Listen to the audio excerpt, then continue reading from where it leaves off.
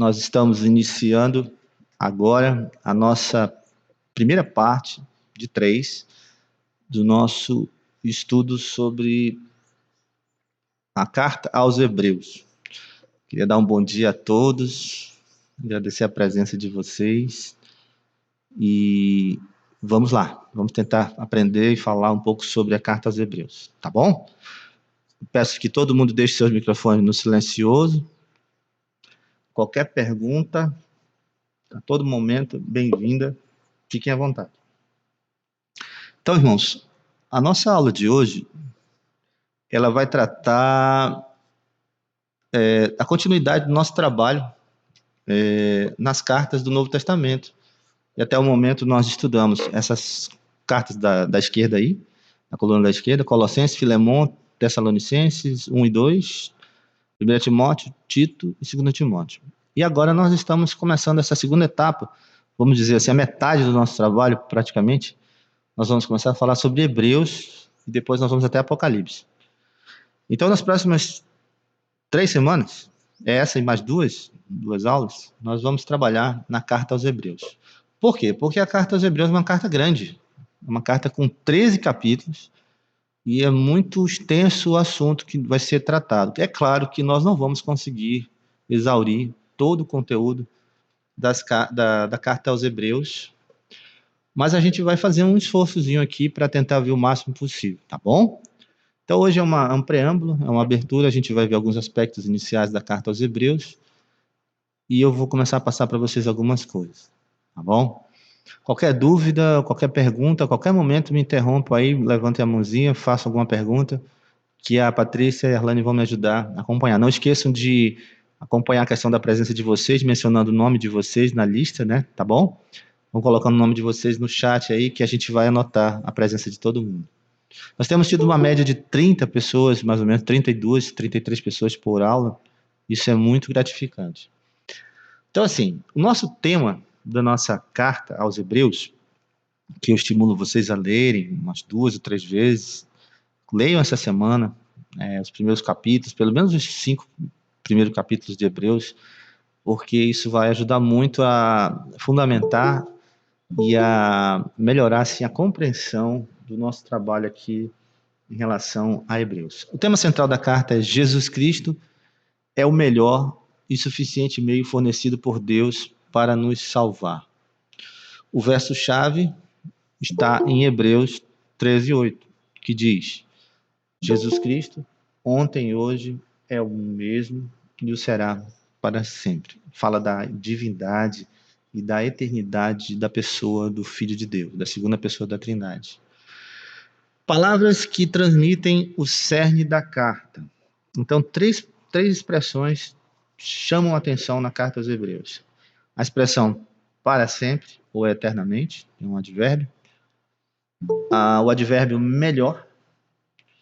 E o advérbio, aliás, o adjetivo superior, certo? Superior.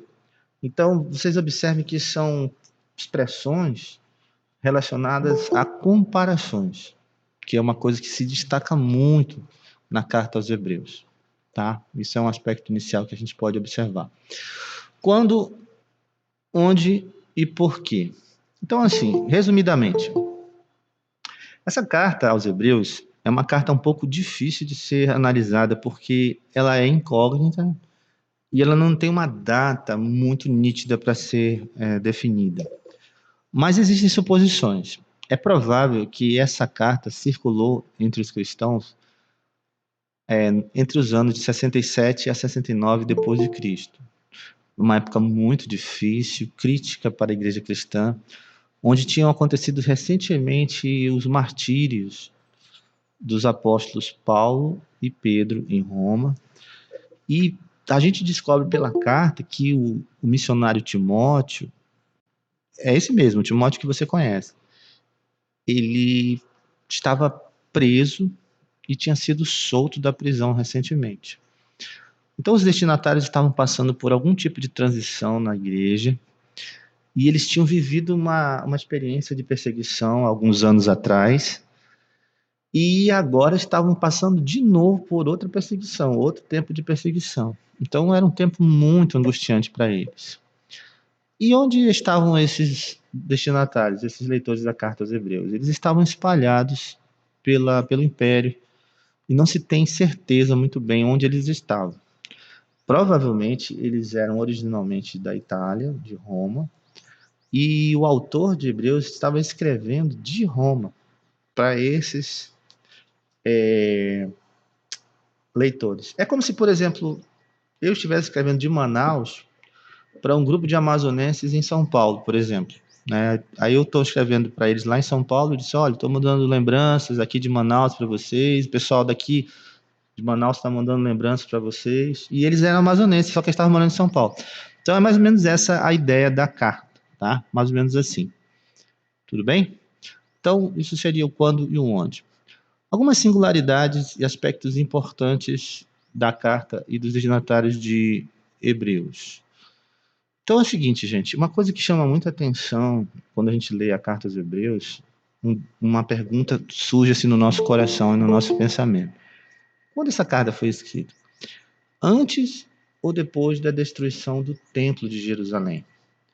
É porque, como vocês sabem pela história, na história geral, né, quando a gente estuda a história geral, o templo e a cidade de Jerusalém foram destruídos pelos romanos no ano 70 depois de Cristo, 40 anos após a morte de Jesus. O templo foi arrasado. O general Tito, ele durante um cerco de quase 4 anos, a cidade de Jerusalém, ele invadiu a cidade depois desse tempo e ele massacrou milhares de judeus numa guerra chamada a Guerra dos Judeus, que foi relatada por um historiador judeu chamado Joséfo, Flávio Joséfo, que assistiu à guerra junto com os romanos e ele descreveu os horrores daquela guerra. Então, o Joséfo, no livro A Guerra aos Judeus, Guerra dos Judeus, ele explica que quando os romanos invadiram Jerusalém, cumprindo a profecia de Jesus lá de Mateus capítulo 24, né? Se você ler Mateus 24, Jesus fala justamente desse cerco que aconteceria. Ele profetizou a destruição de Jerusalém. Os romanos destruíram o templo, saquearam completamente as coisas sagradas do templo, os utensílios. Essa imagem que você está vendo aí na tela é exatamente um mural ou um arco que tem lá em Roma, até hoje ainda existe, chamado Arco de Tito, onde você vê então os soldados romanos carregando o castiçal dourado, a Arca da Aliança, e eles mataram milhares de judeus crucificados nas portas de Jerusalém. Então foi uma época muito difícil, certo? Essa é a época mais ou menos em que provavelmente a carta aos Hebreus foi escrita. A dúvida é a seguinte: a carta aos Hebreus foi escrita depois dessa destruição ou antes? Então existe uma controvérsia, né? Alguns autores acham que foi depois, outros acham que foi antes. Aparentemente, quando você lê a carta aos Hebreus, a impressão que você tem é que o autor está falando de um templo que ainda está de pé, certo? Um templo que ainda não foi destruído. Por isso que, às vezes, os historiadores situam a carta aos Hebreus ao ano de 69, que foi um pouco antes da destruição, certo? Então, é mais ou menos essa situação em que a gente está contextualizando aqui. Outra coisa interessante para a gente falar sobre a carta aos Hebreus, na aula de hoje, que é uma aula de abertura, é sobre um pouco sobre a introdução e contexto histórico. Então, essa é uma carta escrita para crentes judeus, e a gente sabe que nos primeiros anos do cristianismo, o cristianismo ele foi crescendo misturado com os judeus. Tanto que os romanos achavam que os cristãos eram uma seita judaica. Eles achavam que os cristãos, todo cristão tinha que ser judeu, que não era possível você ser cristão sem ser judeu. Isso era a concepção que os romanos tinham sobre a fé cristã nos primeiros anos. Então, isso aconteceu nas primeiras décadas do cristianismo e realmente era muito forte, tanto que os apóstolos, a gente sabe que os apóstolos eles eram judeus, certo? Paulo era judeu, João era judeu, Pedro era judeu, Tiago era judeu, Filipe era judeu, André era judeu, Bartolomeu era judeu e assim por diante. Então, Barnabé era judeu, né? Então, a maioria dos cristãos era de origem judaica. O autor misterioso, quem teria escrito a carta aos Hebreus? É difícil a gente dizer com certeza. Existem muitas hipóteses. porque como é uma carta incógnita, uma carta anônima, a gente não consegue chegar a um consenso sobre isso. Mas, por exemplo, existem alguns candidatos a isso. Paulo teria escrito a carta, Barnabé, Apolo, Áquila, o esposo de Priscila, Lucas. Quem teria escrito a carta aos Hebreus? Então, algumas ideias aqui. Lendo a carta, nós aprendemos algumas coisas. Por exemplo, o autor dos Hebreus, que era uma pessoa incógnita, era do sexo masculino, porque o autor se refere a si mesmo no pronome masculino, lá no capítulo 11. Outra coisa também que a gente descobre lendo a carta aos Hebreus é que ele era um homem muito culto. Ele tinha um domínio muito elegante da língua e da gramática grega. Ele era instruído na técnica literária helenista, em retórica. Era um homem que sabia se expressar muito bem. Outra coisa é que ele era um teólogo muito experiente. Ele conhece muito o Velho Testamento, as regras do Velho Testamento, o conhecimento técnico da ritualística sacerdotal, o regramento cerimonial, proporções, números, riquezas de detalhes sobre o templo, sobre o tabernáculo, sobre os sacerdotes, sobre os sacrifícios, datas. Muita coisa interessante ele destacava. Então, ele era um teólogo experiente. Outra coisa é que nós, ao lermos a carta aos Hebreus, percebemos que ele era um pastor. Ele se preocupava com as pessoas, certo? Ele se transparece nos últimos capítulos de Hebreus. Outra coisa também é que esse autor de Hebreus, ele provavelmente fazia parte da segunda ou terceira geração de discípulos apostólicos. Ele não ouviu a mensagem da salvação através da boca de Jesus. Ele já ouviu a partir dos apóstolos, certo? Então ele já foi assim um pouco depois de Paulo, assim, né? Já se converteu num outro momento. E, em último lugar, ele conhecia a equipe missionária paulina, porque ele fala de Timóteo, ele acompanhava a situação de Timóteo, sabia que Timóteo estava preso, estava acompanhando a situação de Timóteo, e quando Timóteo foi libertado, ele fez questão de avisar, olha, eu fiquei sabendo que o irmão Timóteo foi solto da cadeia. Então, essa era, vamos dizer assim, o perfil desse autor misterioso. E se vocês me perguntarem assim, Heron, qual é a sua opinião sobre o autor? Eu acredito que o autor foi Apolo. Me parece muito adequado dizer que Apolo tem escrito Hebreus, né, por causa de tudo isso. Mas não tem como afirmar. Isso é só uma suposição. Não existe como a gente chegar. Eu, sinceramente, não acredito que foi Paulo que escreveu essa carta. Mas não tem como saber. Tá? Não há como a gente ter certeza. Você vai saber lá no céu mesmo. Tudo bem? Alguma pergunta? Tudo bem aí? Então, vamos lá. Agora é o seguinte, gente. Eu queria falar para vocês uma coisa muito importante. Eu acredito, pelo que eu já estudei de Hebreus algumas vezes, que não é bom, ou não é bom não, não é satisfatório do ponto de vista de aprendizado você estudar Hebreus sem você ter um pouquinho do conhecimento do Velho Testamento, tá, gente? É bom você ter um pouco de conhecimento sobre. É igual quando o novo convertido chega, começa a aprender a Bíblia, aí ele vai logo para o Apocalipse, né? Ó, vamos estudar logo. Irmãos, a gente vai começar os estudos com Apocalipse. Eu não acho que é bom um novo convertido começar a estudar a Bíblia por Apocalipse. E nem por Hebreus. Eu acredito que é bom você dizer para o novo convertido estudar primeiro o livro de João, o Evangelho de João. É por lá que a gente começa. Eu, por exemplo, comecei a estudar a Bíblia pelo Evangelho de João. Então, assim, é muito bom você conhecer um pouco sobre o Antigo Testamento quando você está estudando a Carta aos Hebreus. Por isso que eu trouxe aqui algumas coisas que, à medida que nós formos passar nessas 3 aulas, eu vou voltar de vez em quando para falar sobre isso. Então, me perdoem se eu for um pouco repetitivo às vezes. Tá bom? Então, por exemplo, o sistema sacrificial do Antigo Testamento. Vamos falar um pouco sobre isso.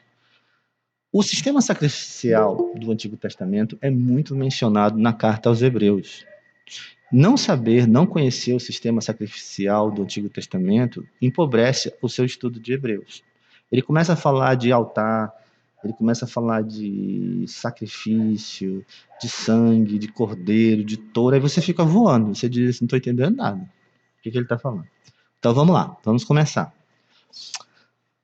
Os rituais do Antigo Testamento eram de fato sombras de Cristo, que sempre foi a consumação e o fim da lei e o alvo dos simbolismos. Eu quero que alguém leia para mim esses 2 pontos aí, por favor. Alguém lê para mim, 1 e 2. Pode ler. Esses 2 versículos. Pode ler.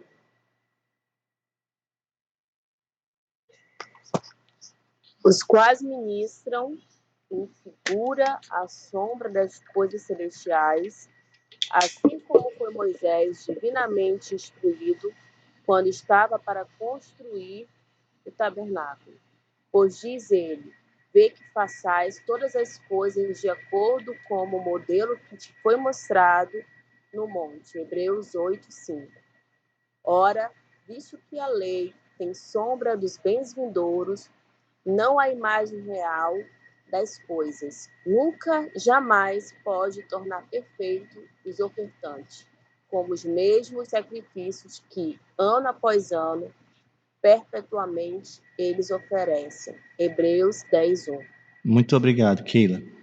Então, a gente aprende aqui, gente, que a, as imagens, os simbolismos do Velho Testamento, em sua integralidade, eram sombra de uma realidade futura que chegaria com a vinda do Senhor Jesus Cristo, certo? Isso a gente aprende através de muitos versos. Vamos lá. Por exemplo, eu posso destacar para vocês o sangue. Deus disse: porque a vida da carne está no sangue. Eu vou-lo tenho dado sobre o altar para fazer expiação pela vossa alma, porquanto é o sangue que fará expiação em virtude da vida. Levítico 17:11. Com efeito, quase todas as coisas, segundo a lei, se purificam com sangue. Sem derramamento de sangue, não há remissão. Ele estava falando aqui de sangue de bodes, de touros e de ovelhas. Mas é claro que esse sangue de ovelhas não pode perdoar pecados. O sangue de animal não pode perdoar pecados. Então, como é possível isso? Se não pode perdoar pecados, por que Deus manda derramar sangue de ovelha? Se não tem finalidade eficiente. Na verdade, Deus estava ilustrando uma realidade mais profunda, mais intensa, que iria acontecer no futuro quando um homem morresse em lugar de um povo, que foi o que aconteceu quando Jesus Cristo veio. Então, centenas e centenas de imagens surgem no Velho Testamento e é bom o crente do Novo Testamento ler isso, porque isso estimula a nossa fé. Quando você bate o olho naquele símbolo, você fala: ah, isso aqui foi cumprido em Jesus no futuro, certo? Por exemplo, quando Jesus ressuscitou, ele estava na estrada de Emaús, vocês conhecem esse versículo muito bem. Jesus lembrou aos discípulos sobre o cumprimento da lei nele, em tudo que aconteceu na vida dele. Alguém pode ler esses 2 versos, por favor? Podem ler. Vamos lá, alguém lê para mim. Rapidinho. E começando por Moisés, discorrendo por todos os profetas, expunha-lhes o que o seu respeito constava em todas as escrituras. Lucas 24:27. Não penseis que vim revogar a lei ou os profetas. Não vim para revogar, vim para cumprir. Mateus 5:17, 9:22. Esse segundo está errado, esse 9:22 foi um erro meu. É só 5:17. Okay. Então, obrigado, Keila. Olha só, Jesus, eu queria tanto estar nessa estrada e ouvir essa explicação que ele deu aí, misericórdia. Como é uma das coisas que eu mais desejava na minha vida é assistir o que foi que Jesus explicou para esses 2 homens na estrada. O que ele disse? Ninguém sabe até hoje. A gente só vai saber isso lá no céu também. Mas Jesus, por exemplo, poderia ter dito assim: vocês sabiam que aquela ovelha que era sacrificada lá no altar do holocausto era eu, né? Era o meu sangue que ia ser derramado. Então ele começou a falar um monte de coisa para os discípulos e os discípulos começaram a viajar, né? Disseram: nossa, agora eu estou entendendo. Aquilo tudo era Jesus, era o cumprimento de tudo que os profetas e Moisés tinham previsto, certo? Então existem várias coisas que compõem o sistema sacrificial do Antigo Testamento. Eu não vou poder me deter muito porque isso levaria meses para estudar, mas eu vou fazer aqui um rasante aqui de avião, de helicóptero com vocês, tá bom? Então vamos lá. Tudo isso aponta para Jesus, tá? Por exemplo, no sistema sacrificial judaico de Moisés, havia festas fixas, 7 festas. Então olha lá.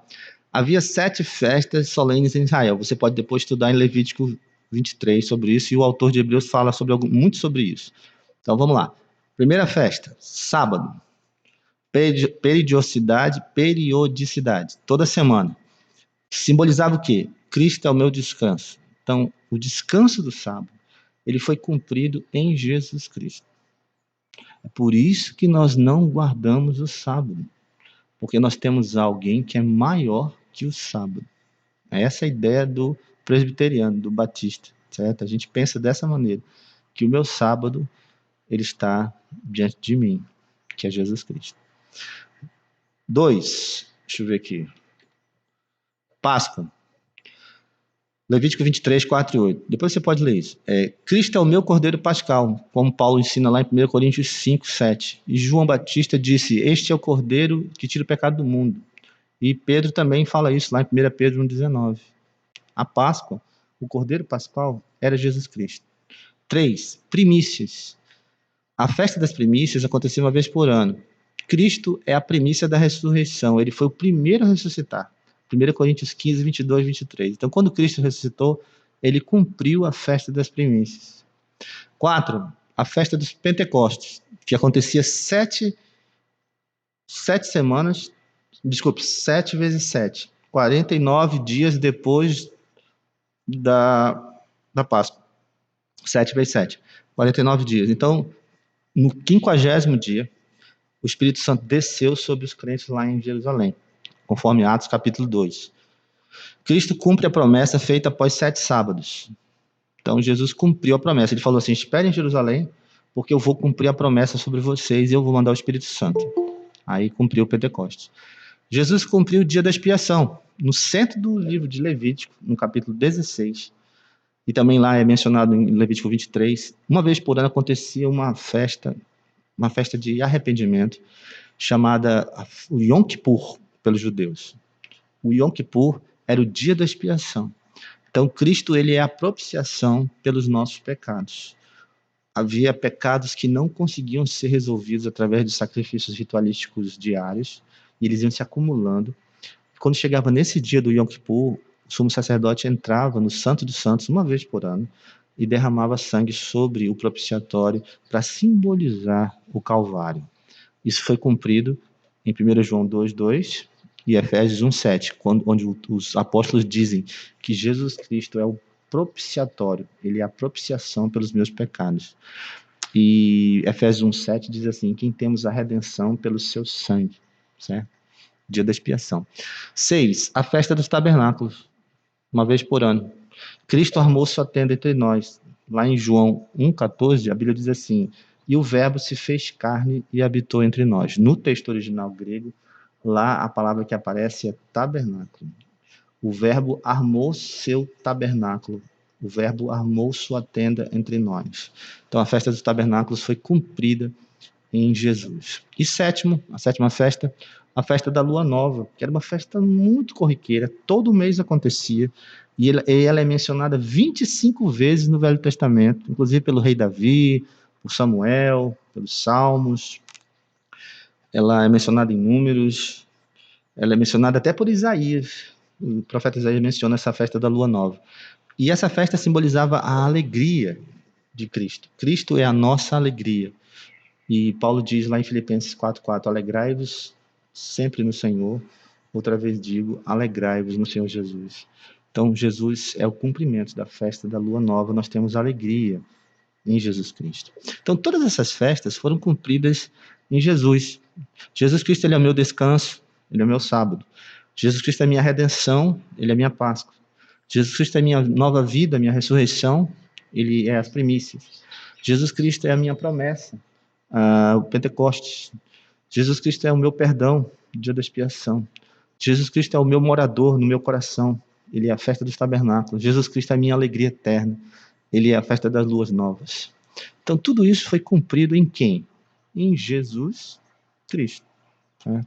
Então, quando você está de posse da realidade, você não precisa mais do símbolo. A não ser que você não tenha a realidade ainda. Enquanto você não tiver a realidade, você usa o símbolo, certo? Isso aí seriam as festas fixas. Outra coisa que aponta para Jesus Cristo, no Velho Testamento, que Hebreus usa muito, são os sacrifícios ritualísticos que aconteciam, que eram 5. Então, não posso detalhar muito aqui por causa do nosso tempo, mas havia 5 sacrifícios muito corriqueiros que todo judeu conhecia. Então, eles cumpriam, eles forneciam uma resposta às necessidades humanas. Então, a primeira necessidade humana é a necessidade de pertencer. Então, para poder resolver o problema de pertencer, Deus fornece o sacrifício do holocausto. O objetivo era expiar os pecados e ele usava sangue nesse sacrifício. Era um sacrifício cruento, um sacrifício com sangue, certo? Para resolver que tipo de problema? O problema da desobediência aos mandamentos e a maldade do coração. Então, o holocausto era a solução de Deus para a maldade do coração através do perdão de pecados e a expiação desses erros. Segundo problema que havia, né, era o problema da necessidade de responder. O homem precisa responder. Então, aí entrava a oferta de manjares ou de cereais. Lá em Levítico 2 é descrito isso. Ah, sim, só uma coisa. Primeiro sacrifício é descrito em Levítico 1, tá? O segundo é descrito em Levítico capítulo 2, e o objetivo era gratidão. Com sangue? Não, era uma oferta vegetal, não tinha sangue. O problema da ingratidão, da apatia e do egoísmo eram resolvidos com isso. O objetivo de Deus com esse sacrifício era colocar no coração do homem gratidão. Quando você tem Jesus no seu coração, você resolve esse problema porque você é grato. Se Jesus mora na sua vida, você é uma pessoa que agradece a Deus. Se Jesus não mora na sua vida, você não agradece. Então, é por isso que nós devemos agradecer. 3. Necessidade de se alegrar. Então, havia uma oferta que os judeus praticavam, chamada oferta de paz ou oferta pacífica, e a oferta de comunhão. O objetivo era a alegria pela salvação. Tinha envolvimento de sangue? Não. Era uma oferta vegetal. Então, era para resolver o problema do orgulho, do isolamento, da alienação. Havia 3 motivos pelos quais um judeu oferecia essa oferta pacífica. O primeiro motivo era por louvor, e era chamado de todá no hebraico. O segundo motivo, porque você oferecia uma oferta pacífica, era um motivo espontâneo. Você dizia assim, eu quero oferecer para Deus um sacrifício. Davi fazia muito isso. Davi oferecia ofertas pacíficas espontâneas para Deus. Era chamado de nedabá no hebraico. E o terceiro motivo pelo qual alguém oferecia uma oferta pacífica era por um motivo de promessa ou votivo. Então você prometia para Deus alguma coisa através de uma oferta pacífica, chamado de neder. Era o termo usado pelos sacerdotes. Então essa era a oferta número 3. A número 4 era a oferta pelo pecado, que aparece em Levítico capítulo 4 até o capítulo 5. O objetivo desse sacrifício era uma confissão e uma purificação de uma consciência morta. E tinha envolvimento de sangue, derramamento de sangue? Sim, tinha derramamento de sangue. O problema solucionado aqui era a necessidade do homem de confessar. O homem precisa confessar seus erros. O problema que havia no coração do homem que não fazia esse tipo de oferta era o silêncio da falta de perdão e de confissão de pecados. É ruim você não confessar seus pecados. E, em último lugar, irmãos, para terminar, a necessidade de restaurar as coisas com seus semelhantes. Às vezes você faz uma coisa que magoa ou machuca uma pessoa que é seu semelhante, e o judeu tinha um mecanismo de resolução desse problema, que era a oferta pela culpa ou de reparação, que acontece no capítulo 5 de Levítico. O objetivo era reparar o mal feito ao próximo e restaurar relacionamentos feridos. Com sangue, sim, tinha derramamento de sangue. Então, para eu restaurar meu relacionamento eu era judeu e eu queria restaurar o relacionamento com uma pessoa, eu oferecia um sacrifício chamado oferta pela culpa, e aí eu reparava aquele problema. E é interessante que as reparações eram dobradas. Por exemplo, se você roubasse um boi, você devolvia 2 bois. Se você roubasse uma ovelha, você devolvia 2 ovelhas.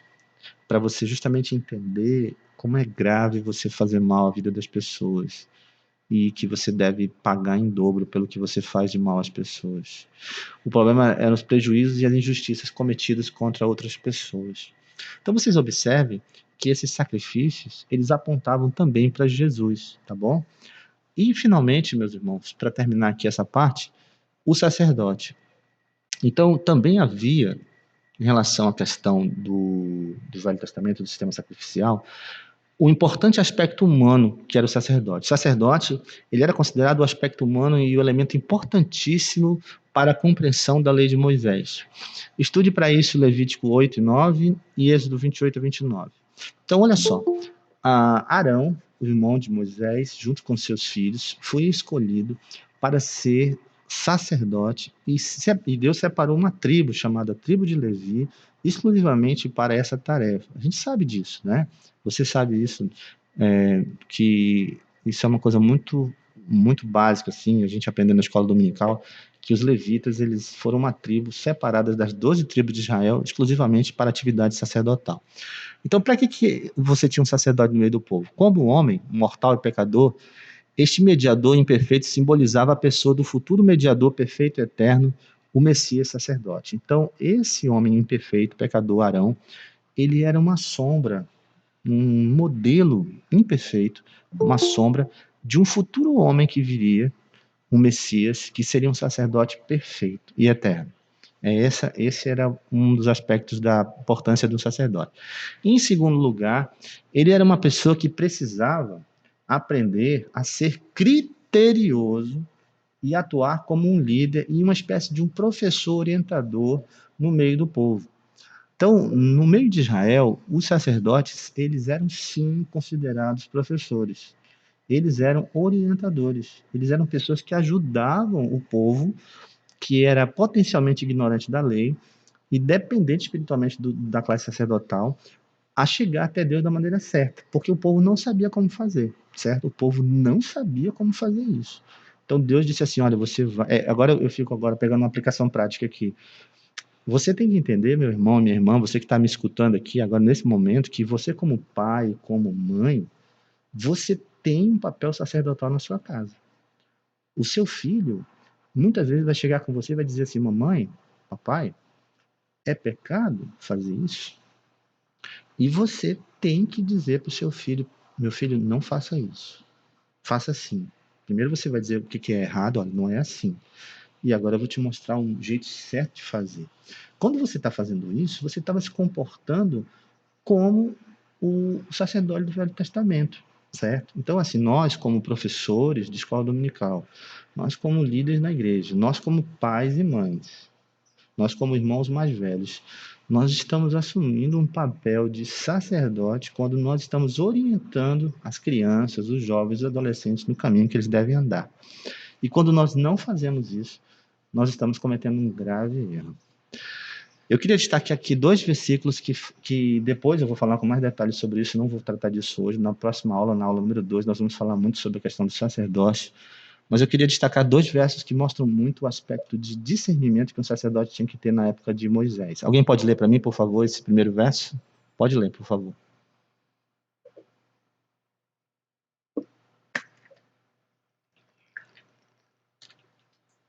Para fazerdes diferença entre o santo e o profano, e entre o imundo e o limpo, e para ensinardes aos filhos de Israel todos os estatutos que o Senhor lhes tem falado por intermédio de Moisés. Levítico 10, 10, 11. Isso, meu irmão. E esse outro aqui, Ezequiel 44. Mas os sacerdotes levitas, a meu povo ensinarão a distinguir entre o santo e o profano, e o farão discernir entre o imundo e o limpo. Ezequiel 44, 15 e 23. Tá bom. Eu não vou detalhar isso agora, mas eu vou falar uma coisa que talvez para alguns de vocês talvez escutem isso pela primeira vez. Santo não é limpo, certo? Imundo não é profano. São coisas diferentes, certo? Existe muita confusão a respeito disso. Eu acho que é até natural, porque não é uma coisa simples de entender. Mas o sacerdote, ele precisava entender o que era santo, o que era profano, e o que era imundo e o que era limpo. Por causa dessas confusões, ou dessa falta de discernimento, é que muitos de nós cometemos muitos erros na nossa vida cristã. É porque a gente não sabe o que é santo.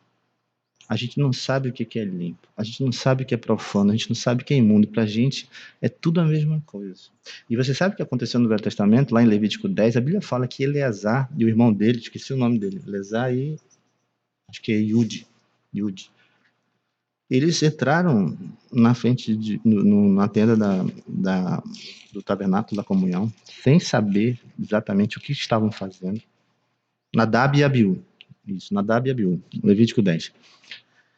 E eles foram consumidos por Deus, pelo fogo de Deus, justamente porque eles não sabiam diferenciar. E aí, depois desse incidente terrível, em que aconteceu a morte dos 2 filhos de Arão, Deus chamou Moisés e falou assim: você vai explicar para Arão por que é que eles morreram, e você vai ensinar aos sacerdotes a diferenciar entre o santo e o antônimo de santo, que é profano, entre o limpo e o antônimo de limpo, que é imundo.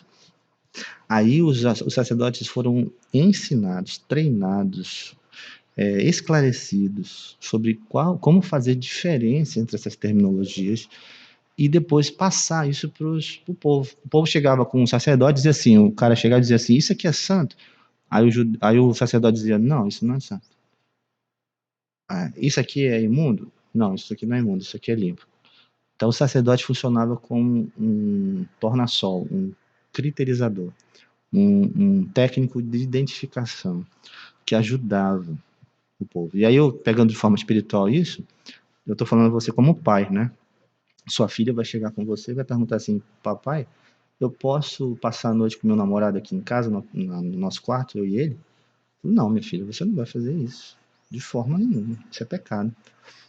Então você tem que explicar para os seus filhos o que é certo e o que é errado. Professor, perdão, a sua voz está um pouco baixa, desculpa, porque eu virei aqui, o meu microfone é unidirecional.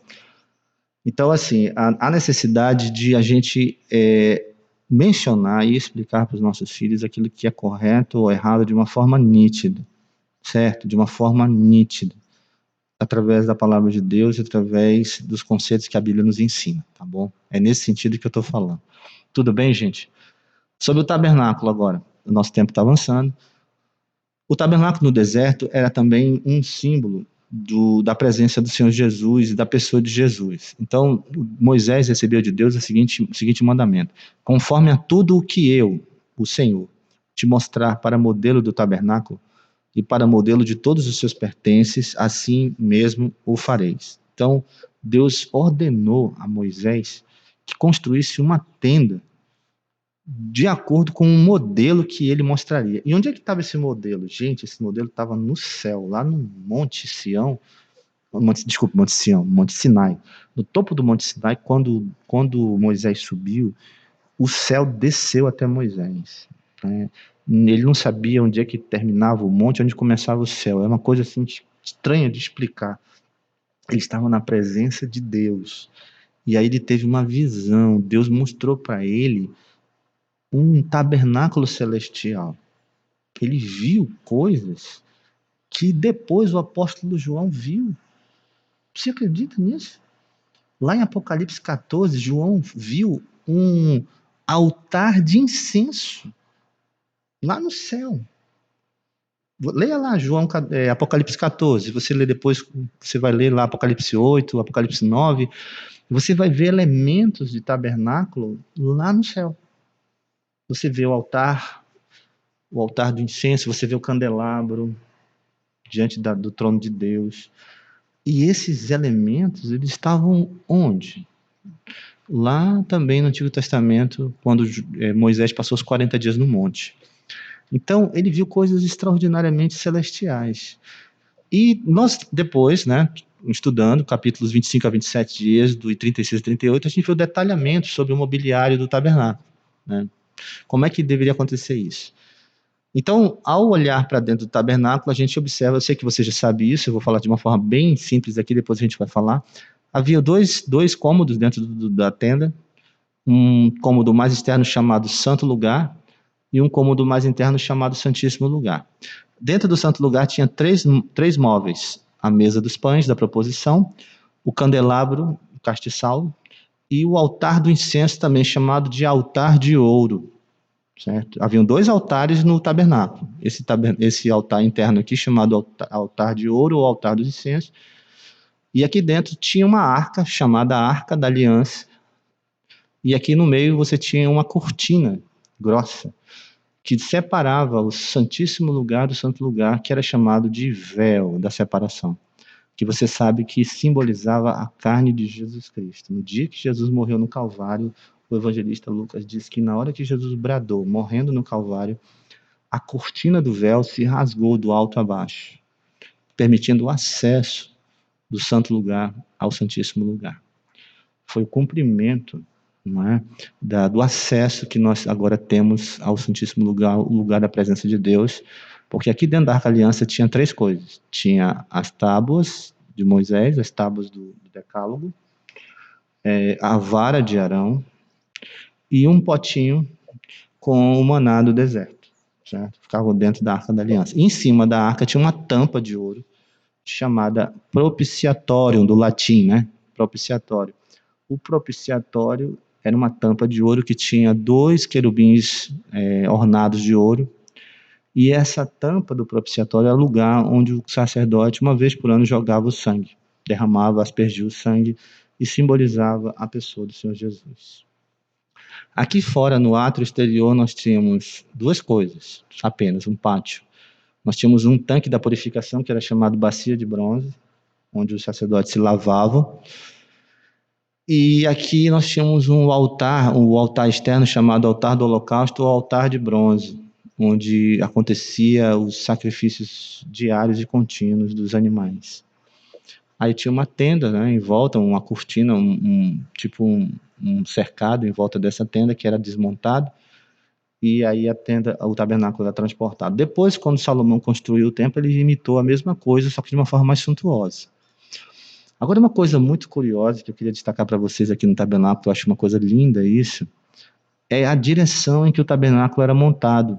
Ele sempre era montado em direção ao nascer do sol. Que coisa mais linda isso. Olha, eu fico pensando, tem tudo a ver. Moisés, ele foi orientado por Deus a sempre montar a porta de entrada do tabernáculo em direção ao nascer do sol. Por que, Heron? Por causa disso daqui, ó. O retorno ao princípio de tudo, existe uma esperança. Então, você vê aqui na Bíblia o seguinte, ó. Em Números 3:38, o tabernáculo, Moisés era orientado a montar o tabernáculo sempre em direção ao nascer do sol, e Moisés e Arão e os filhos de Levi deveriam armar suas tendas nesse lugar, na frente da porta do tabernáculo, que era virado para o nascer do sol. Olha que coisa interessante. Em Ezequiel 46, a Bíblia diz que quando o príncipe fosse preparar o holocausto, os sacrifícios, a porta que virava para o oriente deveria ser aberta, e aí os sacrifícios pacíficos eram realizados, certo?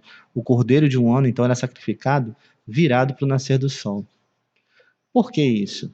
Graças à entranhável misericórdia do nosso Deus, a profecia de Zacarias no Novo Testamento, pelo qual nos visitará o sol nascente das alturas, para alumiar os que jazem nas trevas e na sombra da morte, e dirigir os nossos pés pelo caminho da paz. Quem é o sol nascente das alturas que Zacarias estava falando?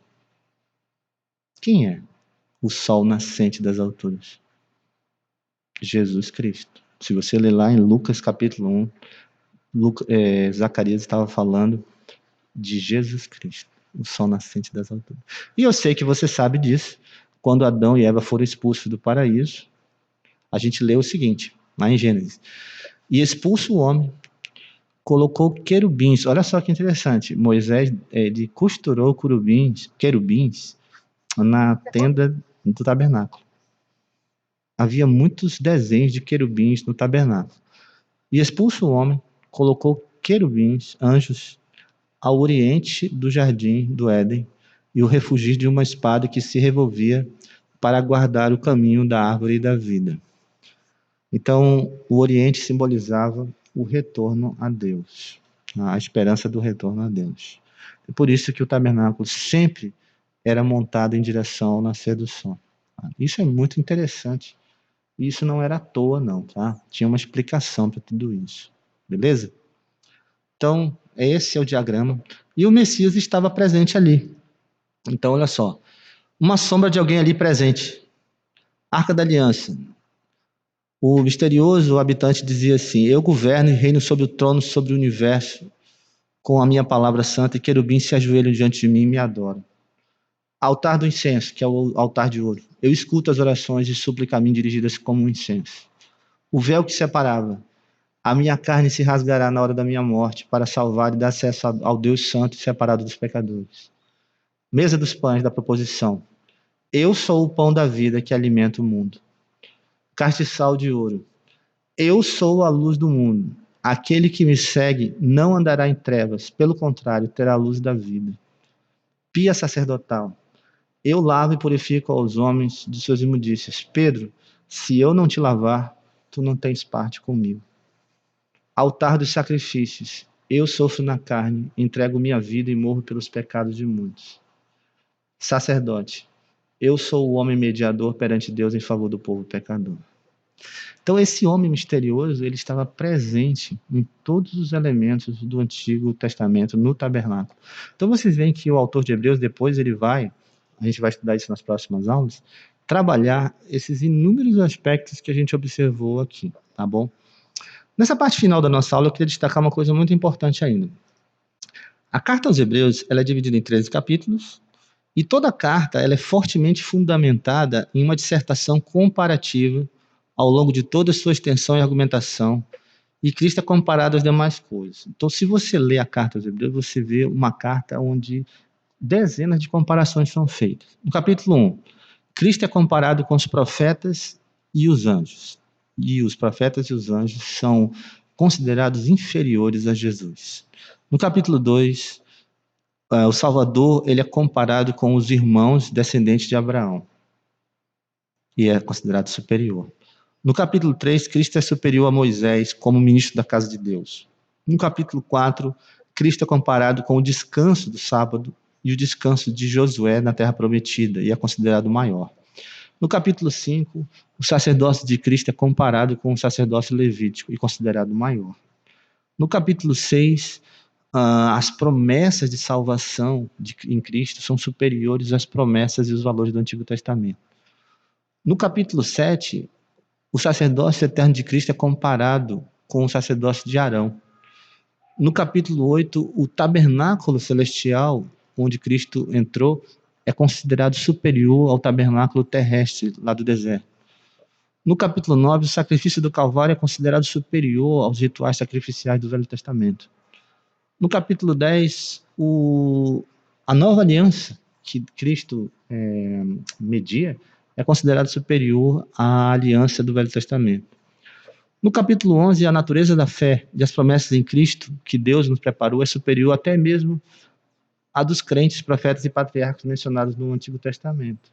Até a fé, a nossa fé, ela é considerada mais esclarecida do que a fé dos crentes do Velho Testamento. Capítulo 12. Devemos observar o modelo de Cristo na perseverança em meio ao sofrimento, e a nova Sião é superior ao antigo Sinai. E, finalmente, no capítulo 13, nós temos exortações e instruções finais. Então, 95% do texto de Hebreus é comparativo, certo? No capítulo 1 e 2, a gente observa que os... Só um instantinho. Deixa eu desligar aqui. Meu celular disparou aqui. Anjos e Torá, né? Jesus, Cristo, ele é comparado aos anjos de Torá, certo? A gente observa isso, como eu já expliquei para vocês, e Cristo é considerado superior a Moisés, né? No capítulo 3 e 4, Moisés e a Terra Prometida também são comparados com Jesus, certo? No capítulo 5 e 7, novamente, a gente observa sacerdotes Melquisedeque sendo comparados a Jesus. E, finalmente, no capítulo 8 e 10, os sacrifícios e alianças são comparados também com Jesus Cristo e considerados inferiores, tá bom? Então, tudo isso é observado na estrutura da carta. Então, assim, chegando à parte conclusiva do que nós estamos falando na nossa aula de hoje, existem dois objetivos e alvos que se destacam na carta aos Hebreus, que a gente pode sair daqui pensando nisso, tá? Quais são os alvos e objetivos que se destacam nessa carta? Vamos resumir eles a dois objetivos e dois princípios, que eu acho que fica mais fácil da gente lembrar depois. Primeiro, o objetivo da carta aos Hebreus era esclarecer a pessoa de Jesus Cristo para os crentes. Então, quando você lê a carta aos Hebreus, é uma carta de esclarecimento, é uma carta para abrir o teu entendimento acerca de Jesus. Eu vou mostrar alguns termos aplicados a Jesus aqui daqui a pouco. A carta é um tratado doutrinário sólido e profundo que expressa a clareza da intenção do autor em convencer seus leitores acerca da identidade e primazia de Jesus Cristo sobre diversos elementos comparativos da fé judaico-cristã. Então, o autor de Hebreus estava preocupado em fazer com que os seus leitores compreendessem quem é Jesus. E aqui vai um estímulo para todos vocês, meus irmãos, procurem estudar a pessoa de Jesus Cristo, saber quem Jesus Cristo é, não é? Os termos que a Bíblia se refere a Jesus são muito importantes a gente entender, porque isso enriquece e sustenta a nossa fé, tá bom? E, em segundo lugar, o objetivo da carta aos Hebreus era estimular crentes em risco de morte e perseguição, fazendo-os recordar a respeito da preciosidade da perseverança no sofrimento. Como eu expliquei para vocês, a carta de Hebreus aconteceu em meio a um contexto de perseguição. É um estímulo à perseverança, carregando razões para você não desistir da sua fé em meio ao caos da perseguição que estava ocorrendo nas igrejas e que estava ameaçando perigosamente a continuidade da fé de muitos de seus leitores. Então a gente percebe na carta aos Hebreus que o autor de Hebreus estava tentando estimular, certo, os seus leitores a perseverarem na fé, tá bom? Isso é uma coisa muito importante na carta aos Hebreus, tá bom? Esse é o propósito. Como eu já destaquei para vocês, a carta aos Hebreus é um tratado teológico de exaltação à pessoa, obra e ao triunfo de Jesus Cristo como sacerdote, mediador e salvador, tanto de Israel como dos gentios do mundo inteiro. Amém? Quem é Jesus Cristo? Nós vamos aprender na aula de hoje, nas próximas aulas, um pouco sobre Jesus Cristo, certo? Mas é uma coisa assim que eu queria destacar muito, que eu acho muito interessante na carta aos Hebreus. É o fato da carta aos Hebreus chamar Jesus de sacerdote. Então, olha só. O valor doutrinário extraordinário da Epístola aos Hebreus para o conhecimento de Cristo é que Jesus ele é explícita e repetidamente chamado ao longo desta carta de sacerdote. Apesar de nós, como cristãos, admitirmos e corriqueiramente concordarmos com o fato de que Jesus Cristo é sacerdote, devemos lembrar que também não há menção nos evangelhos de que Jesus explicitamente disse assim: eu sou sacerdote. Você não vai encontrar isso em Mateus, em Marcos, em Lucas ou João. E também você não vai encontrar isso explicitamente escrito nas cartas de Paulo, nas cartas de Pedro ou nas cartas de João. Mas quando você lê a carta aos Hebreus, você encontra explicitamente essa verdade bíblica de que Jesus é sacerdote para sempre. Eu vou ver aqui só um exemplo para vocês nesses 2 versículos aqui, ó. Alguém pode ler para mim, por favor? Pode ler esses 2 versículos, para vocês observarem como a carta chama Jesus de sacerdote. Pode ler. Mas este conjuramento por aquele que lhe disse, o Senhor jurou e não se arrependerá, tu és sacerdote para sempre. Por isso mesmo, Jesus se tem tornado fiador de superior aliança. Hebreus 7, 21, 22. Por isso, santos irmãos que participais da vocação celestial, considerai atentamente o apóstolo e sumo sacerdote da nossa confissão, Jesus. Hebreus 3:1. Então, obrigado. A gente aprende através de vários versos na carta aos Hebreus que Jesus é sacerdote. Isso é muito importante? Isso é extremamente importante. Porque a gente sabe que Jesus, ele se intitulou rei. Pilatos perguntou assim, então tu és rei? Aí Jesus disse, sim, eu sou rei. Para isso que eu vim ao mundo. Aí os judeus perguntaram para aquele que era cego, o que tu dizes acerca desse homem? Que ele é profeta. Então a gente vê nos evangelhos que as pessoas mencionavam e citavam Jesus como profeta e rei. Né? Várias vezes isso a gente vê nos evangelhos. Mas a gente não vê nos evangelhos ninguém citando Jesus como sacerdote. Só que aí você chega na carta aos Hebreus, aí você descobre que Jesus, ele é sacerdote. Certo? Explicitamente isso. A gente vê isso. Títulos messiânicos percebidos na carta aos Hebreus. Então, a gente tem vários aqui títulos aplicados a Jesus. Vou ler para vocês alguns aqui. Eu sei que vocês sabem disso. Jesus é chamado de o herdeiro de todas as coisas. 2, ele é Shekinah de Deus, o resplendor da glória do Altíssimo. 3, Jesus é o primogênito do Pai. 4, Jesus é o próprio Deus, chamado por Deus de Deus. 5, Jesus é o autor da salvação dos filhos de Deus. 6, Jesus é fiel e misericordioso sumo sacerdote. 7, Jesus é o apóstolo e sumo sacerdote da nossa confissão. 8, Jesus é o autor da nossa salvação eterna. 9, Jesus é sacerdote para sempre, segundo a ordem de Melquisedeque. 10, Jesus é mediador de uma aliança superior à de Moisés. 11, Jesus é sumo sacerdote dos bens já realizados. 12, Jesus ele é mediador de uma nova aliança. 13, Jesus ele é o Filho de Deus. E 14, Jesus Cristo é o autor e consumador da fé. Certo? Então Jesus ele é o capitão da nossa salvação, ele é o autor e consumador da nossa fé. E esses títulos todos descrevem a glória, o poder, a imponência, a dignidade, a divindade de Jesus Cristo, que o autor de Hebreus destaca. E é maravilhoso você fazer um estudo só sobre isso, na carta aos Hebreus, desses termos que são aplicados à pessoa do nosso Senhor Jesus Cristo, tá certo? Então, esses títulos messiânicos extraordinários e únicos encontrados na carta aos Hebreus trazem riquezas especiais sobre o estudo da carta, tá certo? Então, meus irmãos, olha que coisa impressionante. A gente começou a ver aqui, arranhar a superfície da carta aos Hebreus. Eu acredito que com isso nós fizemos uma abertura do assunto que nós vamos tentar desenvolver um pouco mais nas nossas próximas duas aulas, a aula 2 e a 3, nós estaremos desenvolvendo mais acerca desse conteúdo tão rico que a gente encontra na carta aos Hebreus. O sumário, fechando a nossa aula de hoje. Sumário da nossa aula. O que nós aprendemos na nossa aula de hoje, na primeira parte do nosso curso sobre a Epístola aos Hebreus? Um resumo das principais lições absorvidas na aula de hoje. Eu queria que alguém lesse para mim, por favor, essas observações, por favor, se alguém puder ler, por gentileza. Aprendemos hoje sobre o quê? Se alguém conseguir ler aí, pode ler.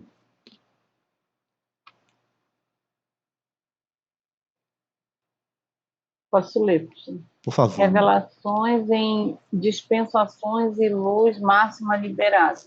Aprendemos hoje que a carta aos Hebreus nos revela de uma forma profunda e doutrinária quem é a pessoa do Filho de Deus, Jesus Cristo, sua glória, dignidade, majestade, divindade e poder. Comparações. Aprendemos que a carta aos Hebreus é fortemente fundamentada em uma linha de argumentação comparativa. O autor da epístola se debruça minuciosamente e com grande riqueza de detalhes sobre as diversas linhas de comparação e estabelece um princípio fundamental. Jesus Cristo é superior, melhor e mais eficiente do que os demais métodos e meios de revelação e de aproximação disponibilizados no passado para se chegar a Deus.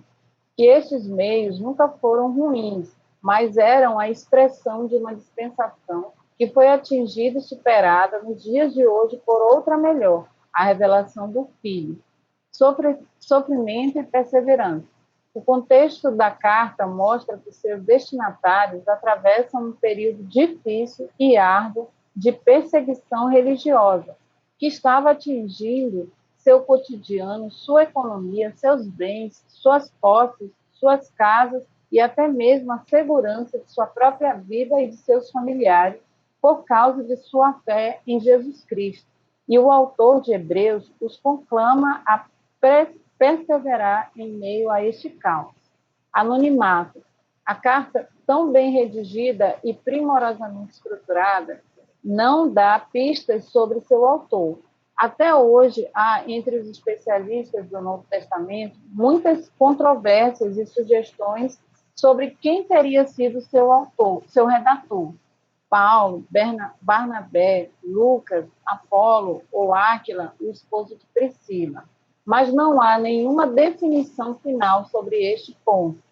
Conhecimento do Antigo Testamento e da Lei de Moisés. A carta aos Hebreus exige, para sua melhor compreensão, que seu leitor tenha uma noção razoável acerca do sistema sacrificial do Antigo Testamento, mas particularmente o conhecimento dos livros de Êxodo e Levítico. Amém. Muito obrigado, Patrícia. Gente, deixa eu falar um negócio para vocês.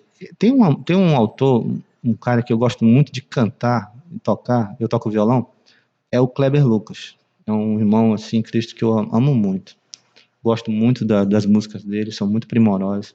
Mas tem uma música dele que ele fala uma coisa que eu, particularmente, eu tenho como se chama, uma reserva. Ele tem uma música que ele diz bem assim: o melhor de Deus ainda está por vir. O melhor de Deus ainda está por vir. Acho que vocês devem conhecer essa música.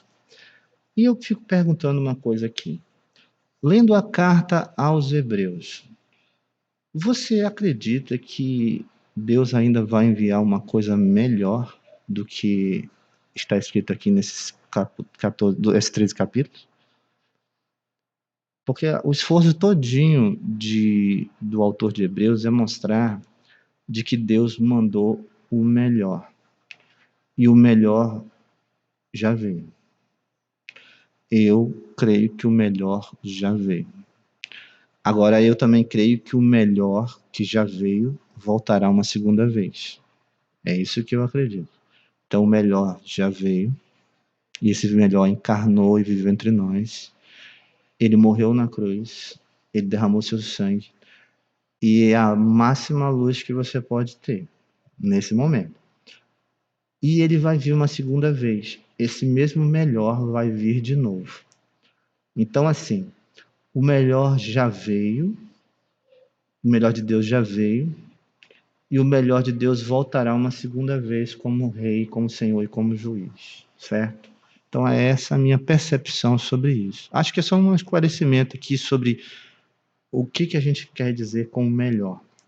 Porque a gente pode correr risco de achar que novas revelações superiores a Jesus podem surgir, e é por isso que certas teologias dispensacionalistas causam muita confusão na mente das pessoas. É por isso que hoje em dia tem até cristãos que estão se circuncidando, guardando o sábado, procurando guardar as 613 leis, os códigos, viver através de um código de leis que Deus disse que até os judeus tinham dificuldade de cumprir. Então, é todo esse esforço, essa ideia, faz com que a gente entenda que há uma má compreensão sobre o que a revelação de Deus fala sobre o que é de melhor. Tá? Então, baseado nisso, é importantíssimo a gente ter essa noção, tá bom? É muito importante isso. E, finalmente, para nós terminarmos nossa aula, já acabou, né? O que nós teremos na nossa próxima aula, na semana que vem? Então, na próxima semana, na aula número 2, nós vamos falar mais a respeito do papel sacerdotal de Jesus Cristo, que a obra mediadora do Senhor Jesus Cristo é melhor que a de Arão, e um pouco mais sobre o sistema sacrificial do Antigo Testamento e como Jesus cumpriu tal sistema por amor de nós, e detalhar um pouco mais sobre o restante da carta, tá bom? Então será a nossa aula número 2, em que a gente vai tratar de, se Deus permitir, Jesus não tiver retornado, a gente vai continuar trabalhando nesse aspecto. Tudo bem, gente? Tá joia? Eu acredito que com isso nós então encerramos o nosso trabalho da nossa aula de hoje.